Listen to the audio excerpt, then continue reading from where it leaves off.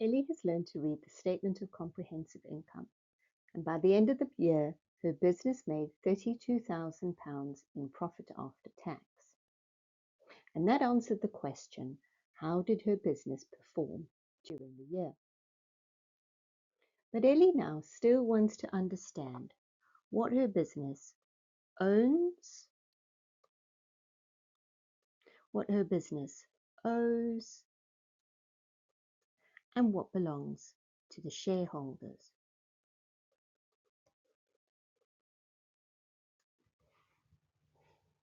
And to answer that, she has to look at her statement of financial position. And sometimes this is also called a balance sheet. But in the UK, it's a statement of financial position. And this document provides a snapshot of the business at one specific point in time. Every item on the statement fits into three categories: assets, equity, and liabilities. Now, assets are the resources that a business owns or controls.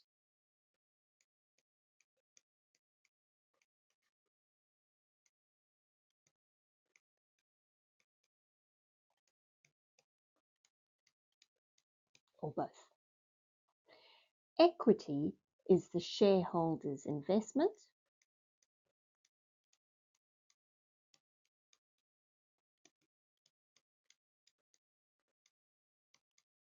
And any profits that have been retained.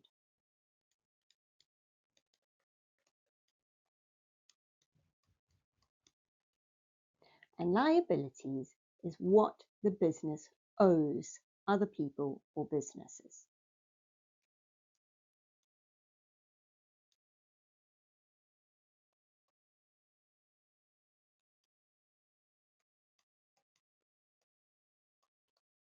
Now notice something else. The title is at a specific point in time.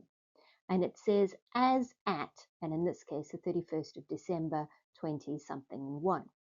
Now that wording is important because unlike the Statement of Comprehensive Income, this, which covers the entire accounting period, the Statement of Financial Position shows the position at one date. Now, these numbers will change if something changes. If she pays off a loan, it changes. If she buys something, it changes. So that date is important. Now, the Statement of Financial Position is prepared on a specific day. And at the end of the Statement of Comprehensive Income, Ellie's business reported a profit after tax of £32,000. And that profit was kept in the business and now appears as retained earnings on the Statement of Financial Position. So these two statements work together. The one explains how the profit was made, and the other explains where the profit went. And in this case, it was retained in the business. So over the next few lessons, we're going to walk through the Statement of Financial Position. And we're going to look at the assets, we're going to look at the equity, and we're going to look at the liabilities. So ask yourself one question. If you were to look at the Statement of Financial Position, where do you think Ellie's equipment is going to be kept?